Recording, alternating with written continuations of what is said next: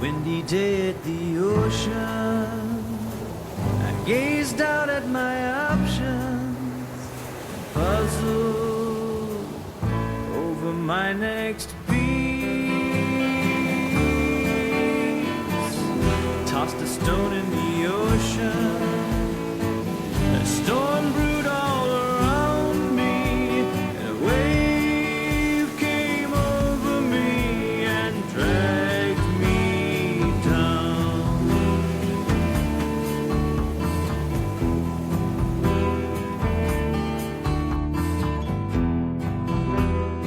Welcome to my podcast. My name is William Stewart, MS Ambassador for the MS Society. On my podcast, this is a safe place that give people that have MS an opportunity to share their stories and give people an idea about their journey. So we'll share to the masses today. This podcast is on all major platforms: Spotify, YouTube, Facebook, Instagram. Today I'm talking with Eric. Eric, introduce yourself and tell everyone when you were diagnosed with multiple sclerosis. Yeah, thank you. Thank you, William. My name is Eric Jorleen, and you'll see my last name starts with a KJ. Just say that this K is silent, accent on second syllable. I am Jorleen. Yes, so just to set the stage on that one. It's silent. Yeah. I will respond to any other pronunciations of that spelling, but Jorleen is my last name. Now, I was diagnosed in 2000, and thank you for asking that because I'm coming up to anniversary. Oh, and On April 18th, I'll be having my 25th anniversary since the diagnosis. And so it's been quite a while. so let me ask you this, Eric, because someone else said that they like celebrating anniversaries and they like to celebrate those, I guess, milestones. So Yeah, yeah. what are you going to do? Are you going to celebrate? I don't know if I like to use that word for it, but I'll have a positive response to, I will acknowledge that I've survived this long. And I do have a positive attitude, and I'm still a Yeah, musician, and that's really the most yeah, important. yeah. So, 25 years since diagnosis, and I'll tell you about it. I was having some episodes of double vision, and also some strange fatigue. And fatigue, those episodes I could kind of remember from years before, but it's when I started having like very short, like 4 or 5 second episodes of double vision. Oh, It yeah, happened to me about 3 or 4 times during a day. And when it started being more recurrent, then I got seen. And I, I'll give it the blessing of double vision because I don't know if I would have ever really gotten the true diagnosis until I had something else major other than flu-like fatigue. yeah, And so it is really the yeah. flu-like fatigue was my primary symptom from the very beginning. And I've had other issues that I deal with, as urinary and other things, but for me, it is really Everything that fatigue. comes with. Yeah, It is yeah, fatigue, and I could be tired, and that's fine. But if I'm cognitively affected, it feels different, and I've yeah. known that I from the very understand that. I beginning. got I'm you. just not thinking as clearly as I did, and I can think, I can notice, I know who I am, but I could sense there was something about a tiredness in my brain that I was a sensation that I felt like I didn't think that was possible. I could actually feel my brain, but Yeah, it felt yeah, tired in a way yeah, that was yeah. not ever before. So that What medications are you on, Eric? As of right now, I am not. Yeah, I'll give you this is a good story because from the very beginning, I was put on Copaxone, glatiramer acetate. So it was one of the three, and so it was Copaxone was one of the ABCs, and so I think I tried Avonex and had a very bad reaction and went right back to Copaxone. Okay, so it's annoying. It's a daily injection into fatty tissue. I was not really happy about that, but I just kept going, and every MRI I would go to which showed no more progression in my disease. No more progression. Yeah, and so 25 years of being on Copaxone, or actually, let's say 24 years, because it was last year that was determined that my MS is not really active, that it's pretty much turned off. It doesn't explain my symptoms getting worse, but it showed that I don't have any new symptoms, and therefore my disease is pretty much done. I like the sound of that. Can I ask you this? How old are you, Eric? I'm 63. Because the reason why I asked you, because I heard people that have MS when they get older, their doctor take them off medicine. Yes. I guess they pretty much say that the medicine it doesn't do anything anymore when they reach a certain age. I think that's what they were coming to that level of understanding that, at this point, why inject Copaxone if I don't really need to? And the beauty of that drug for me was it had no side effects. And so as long as I could continue to stab myself on a regular basis, I was okay. So it was determined that since I don't have any new symptoms and pretty much I can go off of Copaxone and see how that goes. So now it's been actually a full year. And so I've been off of any kind of disease modifying therapy. I do take pramipexole because I do experience restless leg syndrome. And I have not had a neurologist that would come to the conclusion that that was caused by my MS. I would argue that right and left and saying I never had restless leg until I had my MS confirmed. I don't know. That's one of those things. So that is where I So am. are you saying that is the same as, I mean, like foot drop? No, Because we, no. It's it's that something different. when I lie down and try to relax my legs, Hmm. they just they want to tense up, and so it's like no, they don't want to relax, and so and it's not chronic. I mean, it's just sometimes when I have trouble going to sleep at night, I will take pramipexole just to relax the legs, and then I can get to sleep. And other than that, I'm taking a vitamin D3 every day. Taking my Okay, vitamin. vitamin D. Yeah, for the most part, the other practice I'm leaning toward is really a more of a Mediterranean health diet, and so it's working better for me. I think. I hope. I don't know. We'll see. And what does that consist of?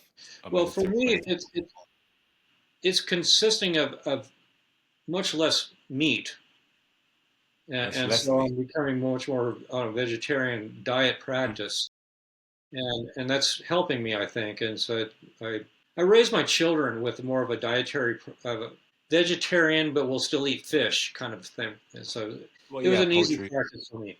So I'll eat fish and I'll eat yeah. So I'm eating a lot more salad than I've ever eaten before. But I'm kind of right now I'm kind of working through steps on what is my diet practice, and so I'll let you know 6 months from now if it's any different. But Hmm. Hmm. yeah, for Because right it now, does change. You're right. but it really is. I'm trying to fight fatigue. And if it's really something that I've been eating and I just don't know it, then I'm going to find out eventually. But Do you eat fruit? yes, Yeah. absolutely. What about vegetables? Well, that's where I am. I'm a vegetable and fruit eater, and yeah, so and Because I that, eat a that lot of gives you oatmeal. energy. Do you have issues with balance and coordination? I can't say no to that, and in part because I have a separate condition. I've been dealing with lower back pain since I was in my mid 20s. And so I would see a chiropractor to get some sort of relief, and then I'd continue on in my practice, and I would have certain stretches or things I could do if my back is feeling out. And so I could somehow manage. And I finally reached a point a couple years ago when my back just went completely out. And so to be in chronic pain as you're also dealing with chronic fatigue, what's the cause and is so Got I'm you. working Got through that right now, and I can't say my fatigue is any better than it's ever been, but I'm feeling better. It's one of those where I can say I feel sick and tired, but I'm not necessarily unhappy about it. you. Yeah, I got you. I got that. Eric, when you were younger, did you play any sports? Were Yeah, you yeah. involved in any sports? Well, I heard that over in Europe they play a game called soccer. Ooh, that sounds really cool. So in junior high and high school, I played soccer, but that was in the state of Texas, where soccer was not real Okay. popular, but it was growing, and so I'll take some Yeah. credit for making that happen in the state of Yeah. Texas. Were you any good? Were you any good, Eric? I thought I was, reasonably okay, but then, well, I went to school in San Diego, and so I went on the field for some intramural play, and I realized, no, I was not born kicking a soccer ball, and yeah, I found myself so outplayed by the other kids, and so yeah, I pretty much gave up on soccer at that point. That But right there is a tough sport because you just seem like you just keep on running. yeah, Soccer just keep on moving, just keep on running. I know if I had learned that at a very early age, I would have not played soccer. I thought it was more about really skill and strategy. And I realized later, no, it's pretty much how he It's could all outdo the other. And if you got outlast the other team, then that's really yeah. So yeah, but yeah, soccer was it. And but the thing is, in high school, excuse me, in college, I was studying business until I took a elective jazz history. And when I studied jazz history, I was learning something that I realized this is really what I need to know for myself, for my soul. Yeah, heart and soul. I felt like I was a musician without any kind of study yet, and so that So you jazz taught yourself. did it. Good. I'll play a little bit more. Here's. I'll go back in time because we're going to go back to when I was a kid, Yeah, and go ahead, hit it. Yeah. it's like, okay, I wanted to play guitar because yeah, that was the coolest instrument, obviously, and all the musicians I listened to played guitar, and so I thought, maybe someday I'll be a guitarist, and that'd be really cool, and the chicks would really like me, and this is high school, okay. So now, William, you mentioned you have a guitar that's hiding in your closet. Is that true? No, no, I didn't say that. No, I wish I could play the guitar Well, because it is a cool instrument. I suspect you have one, and so you just need to pull it out. And the thing is that I can't expect anybody to just jump in and say, "Okay, I got my lesson from Eric that one day." But so I'll share with pretty much what my beginning story, because I had a guitar instructor. He taught me just do two things, do two fingers and two strings, and do that over and over. He said, do the next two strings. Then he said to do this one tricky thing because it's really hard to get my pinky. And so what I didn't realize that he was teaching me the blues. I wanted a lesson in rock and roll. I didn't realize they're pretty much the same thing. Hmm. So it Hmm. was really kind of fun. I like that. Right. So then the next step of this lesson was, okay, chords. I got three chords, E, A, and D, pretty standard chords to learn. And you could play the blues on that one too. But the thing is, to really do it right, you need bar chords. That chord right here, I'll play here. So this guy taught me how to do that. He also taught me this pattern is the minor pentatonic scale. Then he taught me how to do it up here. Then he showed me how to go. So Hmm. Hmm. I got my start I right love there. it. I love it. I love it. So I'll just goof around a little bit just a sec to show you that for me, yeah, I've got some things that I like to write on songs and like to do and to accomplish. But the thing is, what I really wanted to do is just improvise. And so it was one of those things. Yeah, it's kind of fun for me that when I'm in my funk, when I'm really not feeling well, as I did last night, and I realized we were going to be seeing each other, and I might want to pick up my guitar and practice a little bit for this, and it felt good. Because if I'm not really working on a specific piece of music, then I'm just improvising and just goofing around. Yeah. And I like goofing around on an instrument, and that's really what I'm trying to encourage. Let me back up a little, not back up, go forward. Last year, I was invited to be an MS ambassador, and with the idea that I could share this idea to various self-help groups around the nation. And so it was shared out that there's this guy named Eric that has this music and MS presentation. And so a few self-help groups bit and they invited me to play. And so essentially what it was, I was sharing my story about how MS affects me and how somehow music is my therapy. And Yeah. what I'm trying to do is, Sure. I was going to say that. I'm sure music is your therapy. well, yeah, there's no doubt about it. For me, in part because a lot of the stuff that I play, I have memorized. So it's just, and I have the real benefit of my MS not damaging my spinal cord as far as I know, and so I'm reasonably ambulatory. Yeah, it was just my lower back causing problems. Let's see, where was it going after that? Lost train of thought. Hey, can I tell you something, Eric? I always said to myself, I said, I'm glad that playing an instrument is not my career, or playing the piano, or just doing something like that kind of job that you need your fingers and that kind of coordination and everything. I said, woo. So I'm glad that I don't. That right there is why I said I know that playing an instrument is your therapy, because playing that piano that you have right in your hand right now, it forces you to, like you was just doing. You use your fingers, and you got to go up here to this key, and you got to, it kind of forces you to Yeah. move your fingers. Is Yep. that correct? Well, yeah, it gets the motivation to do so. That's for sure. Mm-hmm. Mm-hmm. What's interesting is, as of last year, my fatigue has put me into a retirement facility. And so the whole point of it is to take stress off of me because the stress was taking my fatigue down to the worst places. So I have the benefit of being more comfortable. I have the benefit of having more time to pick up an instrument if I feel like it. And I don't always feel like well enough to pick up an instrument. And in part because I have more expectations over myself of what do I want to actually accomplish with this. Now, if I have to also remind myself with what I just did, just goofing around it just makes me feel better. There's just no two ways about it. Reminds me of another time, William, that I had an event that the next day I was going to play in uh, Southeast Michigan for a self-help group. And I needed to talk to the host there to find out what's going to be expected and things like that. And I needed to make a phone call.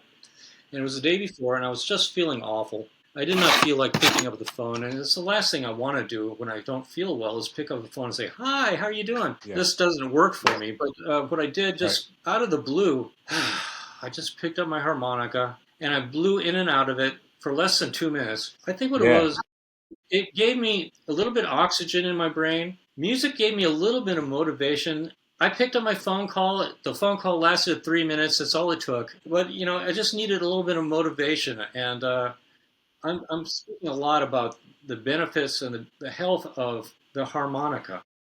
That's beautiful.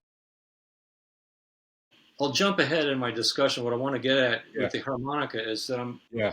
I'm Yeah. working on an activity, a group activity, and this would actually be good for anybody when they're sitting at home. Just buy a harmonica. I looked that up on Amazon. You can buy a blues harp for like $10. They're cheap, and so the activity I'm trying to work out is a group activity where I think I would start by talking about how I have once upon a time I had a health condition that required a musical breathing apparatus where I can only inhale through the harmonica. And so the idea is that I will tell more about my story, but every time I need to take some oxygen because that's my condition. Yeah. So it ends up becoming more of a joke. I got it. I got it. So the idea will be taking turns around, and we'll tell our life story or maybe what our hobby is, and then every time you need to take a breath of air. Mhm. Yeah, Mhm. so that's kind of the joke. So what other instrument do you play, Eric? Because you play the guitar, you play the Yeah, harmonica. Is there yeah. anything else? Well, What else? what You I'm got some getting drum, at, you got a drum set in the back. no, ook Oh, is what's that called? the ukulele. Ukulele. Okay. So yes, Play it. Go. Go. so this is the other one for health recommendations because the ukulele with only 4 strings and is much more easy than a guitar. And how many strings do your guitar have? 6. Guitar Six is 6. strings. Ukulele is 4. Four. Now I was invited to do a class on ukulele with fellow residents. And I think we'll probably come back to it again. What happened was I had 12 students signing up for ukulele lessons, and half of them had wicked arthritis. Their fingers hurt. Did See, that that's mean what they I'm can't saying. play this instrument? The answer is no, because See? there might be a standard way of playing this, like that one chord with my third finger. But if your third finger really can't move anymore, how about you try your Right. pinky or another finger? And so my idea behind the ukulele is that anybody can goof around on it. Are you going to be So able you to said, play it? but you can't do that same technique that you just did on the guitar because it has Well, more strings. yeah, the guitar makes it a little more tricky because there are more strings on it, and my guitar is steel string and it takes a little more effort. And yeah, Yeah. Yeah. ukulele is a simpler string thing to do. So that's what I did was I was able to get. You are my sunshine, you are my sunshine. You make me happy when eyes are gray. Know, dear, how much I love you. So take this, take the sunshine away. So anyway, there is something else I can recommend. Anybody can, for cheap, buy an ukulele. And here's the other part about what I'm trying to get at is here. We have conditioned ourselves to believe that music can and really should only be done by professional skilled musicians. That really wasn't always the case. I'm telling you, once upon a time, we didn't have a stage where people just sat and listened and looked up and looking at, music was not like that yet. Music was in a time where everybody had an opportunity to join in with whatever else is happening. And so, that's what I really recommend. In fact, one of my fellow students I saw earlier today. I saw her and asked her if she still has her ukulele. She said, yes, for sure. I recommended this. Take this instrument, put on your television, your favorite music channel, and listen to your favorite music and join in with the band. Yeah. That sound bad. It's just, but if you just kind of, every once in a while, you're listening to your favorite song, you just go as your own exclamation. Then you're, Almost like a karaoke, almost like joining in with them. yeah, call it that. Your own personal karaoke that nobody else is Yeah. listening to. Right. But you can join any band on TV and somehow make it work for yourself. Yeah, I don't know. It's a new idea, just passing around. Okay, The so other let thing- me ask you this, Eric. Yeah. How long have you been playing? I've been waiting to ask you this question. Yeah. How long have you been playing the instrument? My first guitar I got when I was like 9 years old or something like that. Could I play it then? No. But then later I was in high school studying and I showed you the lesson that I got there. Did I play it then? No. It just sat in the corner. So when did you start playing? When did I start actually playing, performing? Actually playing? Yeah, well, thank you. It was, How old were you? I got a degree in classical guitar. And then I went off to work in construction, and it seems pretty natural. Well, I was an office worker in construction, and that kind of helped me. And later I became a general contractor, and so I did the office work and construction. I wanted to do something else, and I decided to be a technical analyst, and I studied to become more of a network engineer. And so I ended up working for what became Verizon Wireless. And so that was. Wait, let me ask you this. Am I hearing correctly? You're a teacher now? Are you a teacher now? I have no students at this point. Okay. I thought I heard you say earlier that you did have. I mean that you did that you ran into your student. We had ukulele class last year, and it just didn't work out. I'm hoping that they'll Yeah. reinstate it. But so yeah, so I had this one student that she was taking my lessons and would come back and talk to me about it. So yes, I consider my students still. Yeah. Okay. Yeah. The other thing, because I'm trying to encourage everybody to be musical on some level, and once upon a time, I have a friend who musical instructor, and he had a class of kids, elementary school kids, to sing in the choir. Not all those kids signed up for the class. Their parents signed them up for them, and they were convinced that they don't know how to sing, and they're not gonna sing. There's no way. You're not gonna make me sing. There's no way.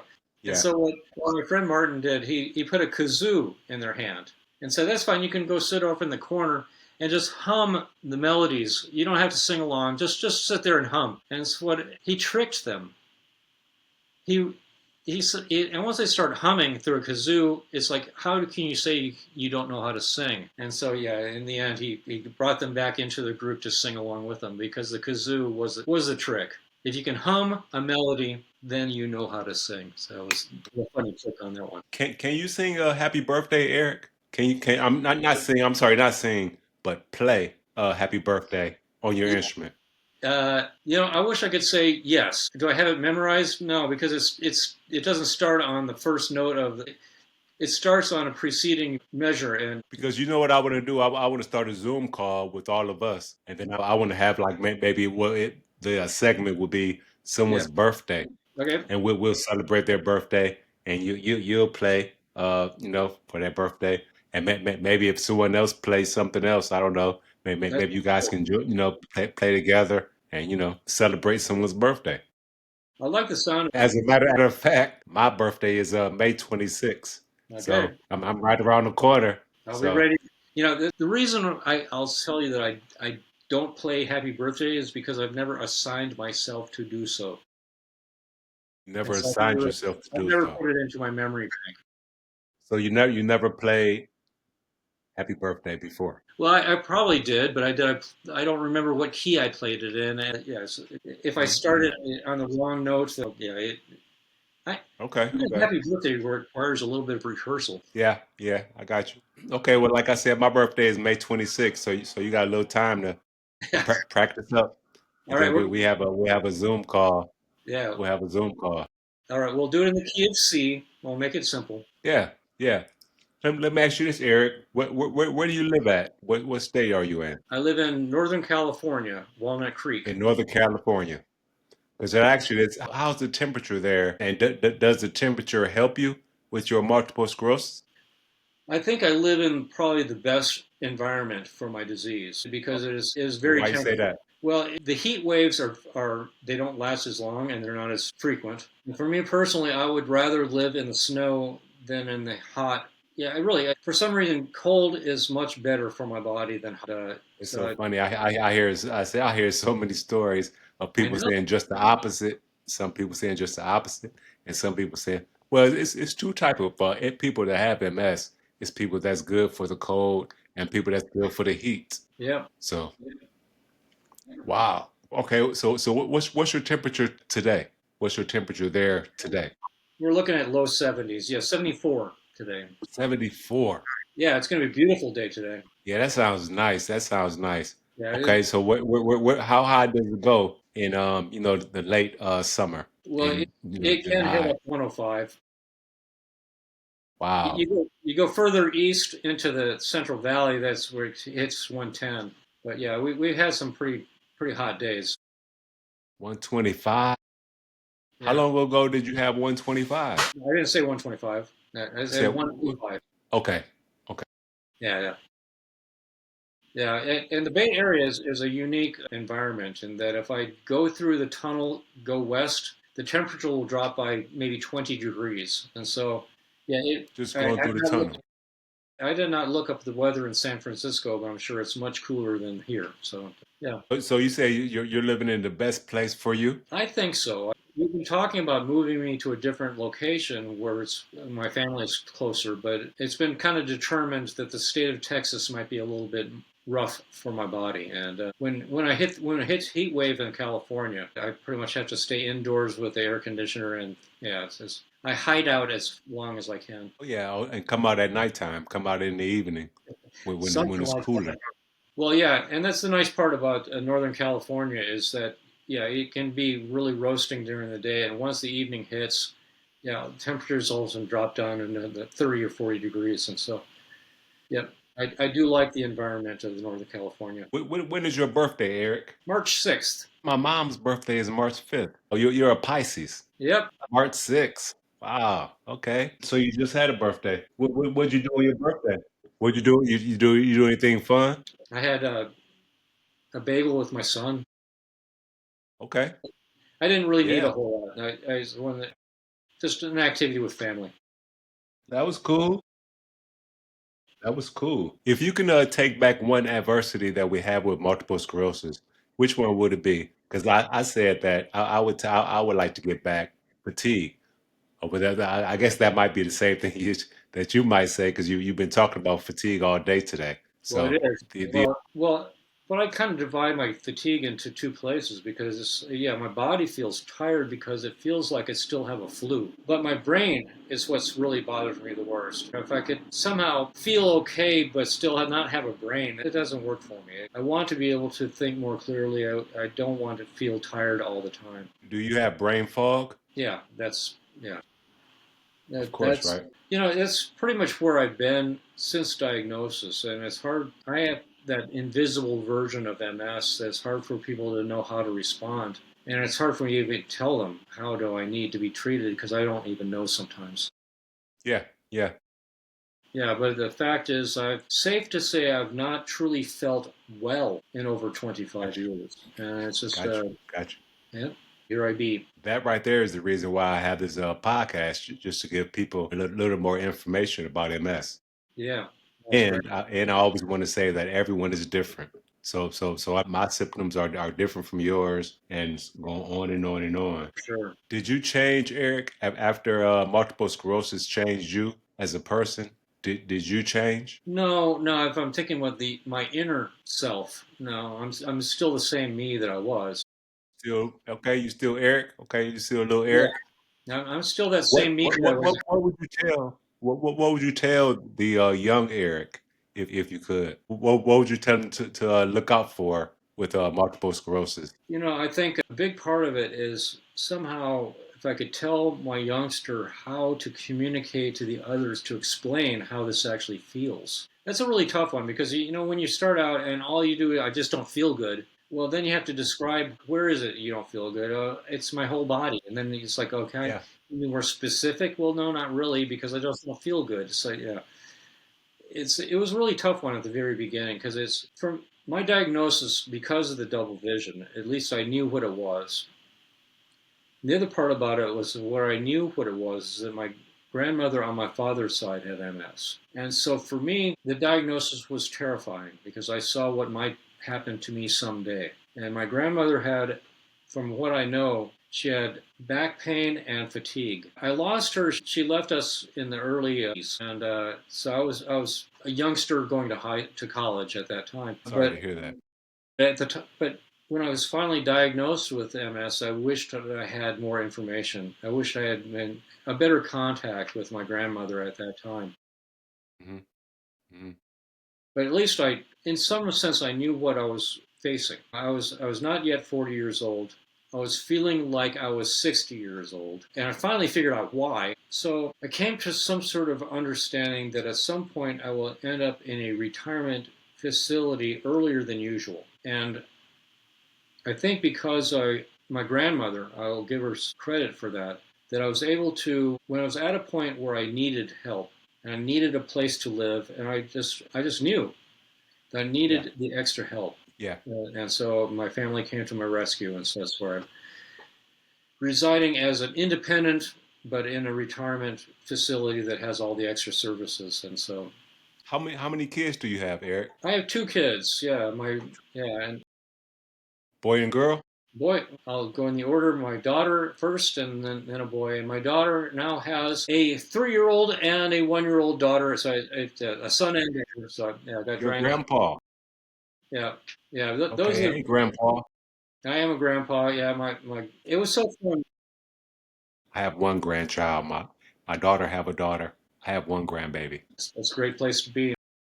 It is. It is. Being a grandparent is so beautiful. It is. I love it. I had a moment with my grandson not too long ago where, well, actually, for his third birthday, I gave him a harmonica. Okay, and so then on a Zoom lesson, we had a harmonica lesson, and then later when he and his my daughter and my grandson they came to visit, and so I handed him one of my harmonicas, and I said, okay, I said make a statement, and he didn't really know exactly what it meant, but he just went. What did you mean? Go. Well, he was kind of nervous. So he just went, and so it was my turn. I went, Yeah. your turn. Yeah. Then my turn. Now your turn. Over time, I got to him. Yes, You had to build them up. yeah. So, well, yeah, I got him to be more comfortably playing in front of a master. One of those things. But the thing is that I'm such a proponent of everybody picking up a harmonica for their own health. And if you can just be goofy and learn that you don't have to play it well. The harmonic is the intent is there's no wrong note. You inhale, it'll make a different note. Exhale, different. And Yeah, I bet you definitely can teach someone to play the harmonica. I well, know you can. no, I'm telling you, you don't have to. The harmonica. If you Well, don't you just have taught me something just now. okay, it's just there. I gave you a lesson there. The Yeah. point of the harmonica is that you don't really need to develop any real skill to play it. Now, if you want to develop skill and play it really well, no, I'm not there. I found that if you just goof around on this instrument, Yeah. and yeah, I'll Yeah. tell you later how this will go because I'm developing an activity developed the harmonica where my fellow residents we can take turns, and I've got different ideas of how to make this a fun thing. And the other part about it is I'm not a music therapist, but I see the therapeutic application to this for sure, and I can see the therapeutic application of this. Yeah. If you Yeah. can just get any joy, and if you just sort of goof around without any kind of expectation that it must sound like this or it's not good. No, that's not the point. And I want to really just make sure that I don't know if you can take music making without judgment, and it doesn't have to sound good by any kind of. Mm-hmm. If you can just get any kind of joy out of making vibrating string or a horn honk. Yeah. Yeah. And let me ask you another question, Eric. Do you play every day? I bet you got to touch your instruments every day. If I was a student of myself, I would say that I'm not that good. You don't play every day? You got all those instruments over there? It seemed like you'll pick up something just every day. I have the ability to do so, but no, Of I will course. admit when I have a major flare up of my condition, Mm-hmm. it's really hard for me to get out of bed unless I have to go to the bed. It's really I got it you. has me totally stuck, and so that's really what that's what I try to work through. It's like Yeah. I've had times I that I got was that. like totally stuck, and then if I could pick up an instrument, and at least what it does, it'll pass time in a way that's a little healthier than watching TV, and I'll put that kind of example anyway. What I've been doing to kind of force the issue is that putting something on the calendar. If I have a performance that I need to practice for because people will have some sort of expectation that, ooh, Eric's going to play, he's going to sound good. Well, that'll Yeah, May take. 26th. Yeah, my birthday. Yeah. So Okay, go ahead.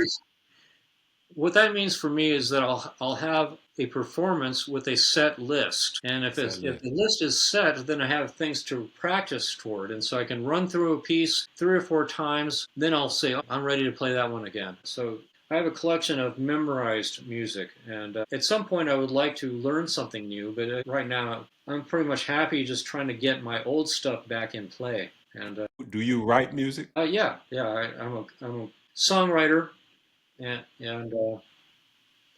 yeah, it's what I did once upon a time. I'll tell you, it was I had 2 children and a job and a guitar. Okay, and a real desire to be a musician. And so, as a musician, I wanted to write songs. I wanted to be a creative musician, and I reached a point with my guitar, and I came to the realization that to take this instrument all the way, I would need to be performing. I would need to have an agent. I would need to be going to different states and different cities, and my children would be left home with my wife. It's like it didn't really work for me. I was a new dad, and Mm-hmm. I was not going to do that. Mm-hmm. I continued my own practice as I went to work every day, but my children pretty much kept me at home. Mm-hmm. Good. Good. There you go. Good. That was a good Yeah, thing. yeah. That was a hidden blessing. And the other part about it, I can go take me to the fast forward. As I was employed as a technical analyst, I was still working on something special because when my kids were still young, my college professor of classical guitar, his name is Dr. Richard Savino, he called me out of the blue because he was having several lutes built for the university, and that's at California State University in Sacramento. And so he offered me the opportunity to buy a lute if I wanted to, and then he would give me some instruction how to play it. And so, and he basically knew me well enough from what he taught me on classical guitar that I'd be interested in what we call early music. Yes, lo and behold, the lute came into my possession when Yeah. my children were quite young. And let's see what I'm getting. So I had this one new instrument that I wanted to learn much better. There was something about the Renaissance that really captured me. And I felt like this is really it for me. A couple reasons. One is that I love the idea of a composer writing 2 melodies they're going to be playing simultaneously and not collide with each other. How did they do that? So from a very young age, I thought harmony was just an amazing language. How did they know how to do all that? Yeah, and so let's see if I can get to a better position here. All right, so here I am with my Renaissance lute, and so I'll start with what I've been doing here at the retirement community here. They've given me the opportunity to have a room that I could have for a concert, and so I'm able to pretty much book myself semi-regularly to have shows for my fellow residents. I was just going to ask you, have you ever played in front of an audience? I was just about to ask you that. Yep, well, that's right. And so here's what happened. I don't like the light behind. I want a better stage next time. Open the blinds. Open the blinds. Turn. There you go. Yeah, well, I just need to aim it away from the blinds. Okay, here we go. I think that natural sunlight would be good. All right, here we go. So I was diagnosed in 2000. I was still working, but I had cognitive fatigue, and it was really bothering me. And at some point in year 2002, I was laid off, and the activity of trying to find work at that time took me way down. I was already too fatigued to work, and to find work in a technical arena, it was just it really it took me way down to the point where I was finally accepted by Social Security disability. Yeah. Yeah. And so at that point, around 2000, okay, I'm now established as a disabled person with a little bit of extra income, teeny bit. What can I do? What can I Hmm. do? I'm a musician and I play the lute. And so what I did was I went to a retirement community in Walnut Creek, California, and I got my first professional gig. I knew that Really? some level that the older generation would have some sort of appreciation of an ancient instrument. And so I took it Because to they knew them. what it was. Well, Because they knew what it was. Yeah. yeah, in all cases, they see the shape of this, and they recognize that it's coming from a long time ago. So I was Because able, if you would have asked me, Eric, what was the name of that, I yeah, wouldn't have been able to ask you. I mean, yeah, answer you. right, yeah. Well, that's the beauty of it. Also, is that there's such rich history behind this instrument that my concerts really become more like presentations. The So how do history. you hold it when you're playing? How do you hold it when you're playing? Yeah, there are different ways. One, I can have a strap on, which I'd rather not. But what I do, I sit with one leg crossed over and then put a chamois in just to keep the instrument from slipping around on the fabric. So you can't And play it standing up. that's it. That can't be played while standing up. While standing, yes. However, it would require a strap. I do. I play with strap, but it's not every piece of music I like to do it because there's some that require a little more technical.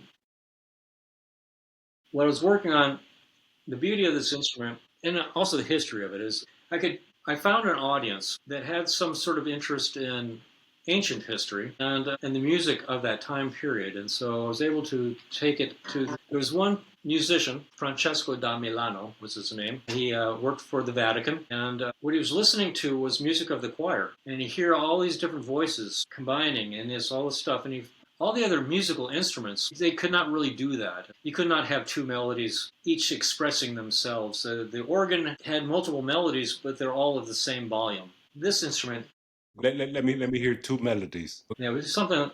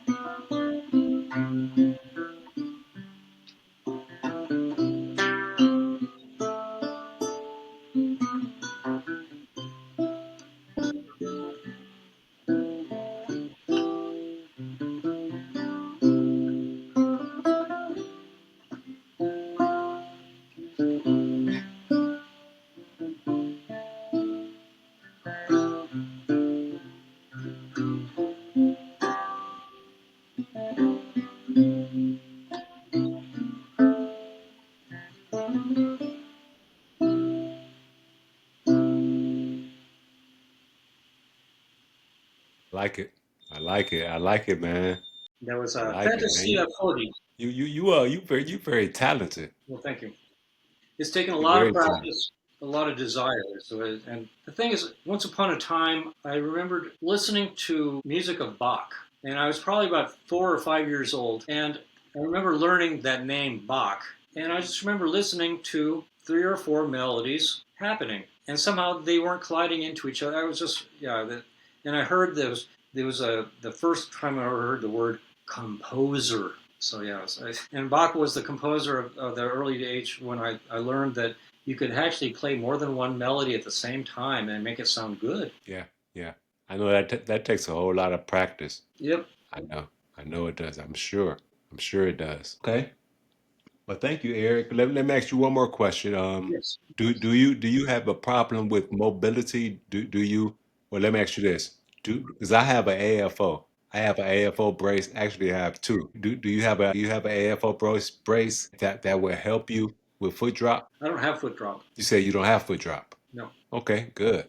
Yeah. Wow. You know what? I think you're the first. person that has multiple sclerosis that don't have foot drop. Is that right? No, I Yeah. never had that issue. My issue has only been restless leg syndrome. And when I say leg, I want to say it's restless limb syndrome because early on, when I was Limb. experiencing it, for some reason, my left arm was just I cannot relax that left arm, and so and the next day being my right leg, I cannot. So yeah, I had some real issues with restless leg and or restless limb syndrome. Yeah, I never heard of restless limb syndrome. I heard of restless leg syndrome, but I Yes, never heard of restless limb. limb. Well, I no because I had to apply that because my arms were doing it also, and so I couldn't call it a restless leg when my arm is doing it. Right, right, right, right, right. Got you.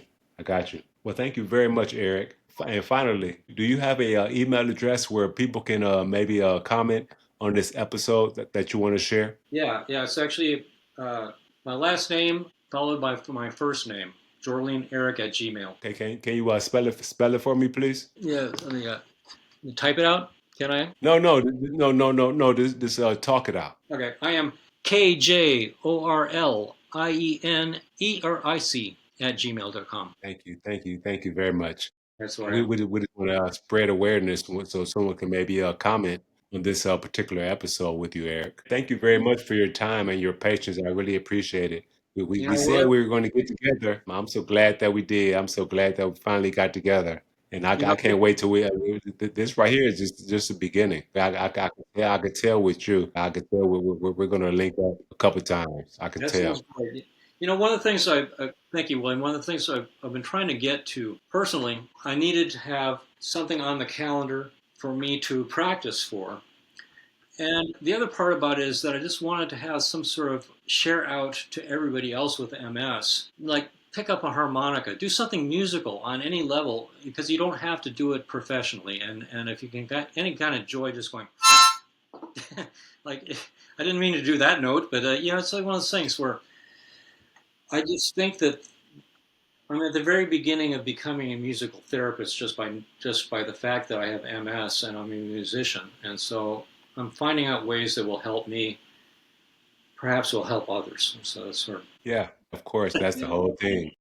what I really wanted to do, was I wanted to find someone else with the technical expertise to invite me on a monthly open mic. Once upon a time, I built my skill as a musician by going to open mics and just getting that fear of performing out of the way. And so the open mic was really an important thing. And what I wanted for myself was to have on the calendar, oh, that day I'm going to have to play, so I'm going to have to practice for that day. And in the meantime, I've found, at least with my retirement facility, I've been able to pretty much book myself regularly. And so I'm going to be continuing on at least I'm saying so now, a twice a month uh, Good, episode where I'll do a concert of good. 45 minutes to an hour, That's and I'll good. continue to That's do that. good. Keep And you so every busy. time I'm a musician, I'm going to be playing. I'm going to pretty much having this with me, and yeah. So there's no way I can be a musician without MS awareness happening. Yeah, yeah, yeah. I got it. I got it.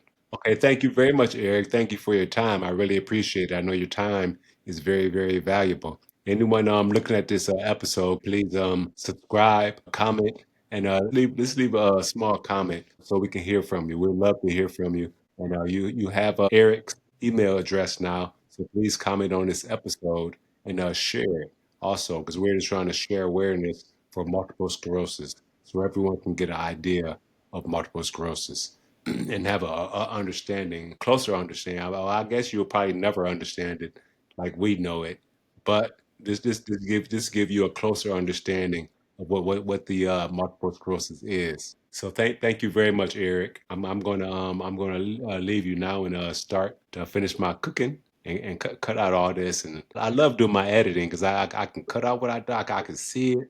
I can see the script editing. It's just so fun. It's just so fun. Yeah, I can go back and cut all this out and everything, all the fluff and everything. So Yep, it's beautiful. I know. I'll put it together. I'll put it together beautiful, and it'll be on YouTube.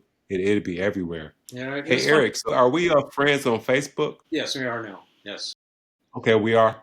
Okay, because I wanted to tie it all together. awesome. Okay, cool. Thank you so All much. right, thank you very much, Eric. And I thank you very much for sitting with me.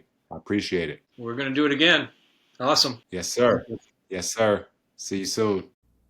A windy day at the ocean, I gazed out at my options and puzzled over my next piece.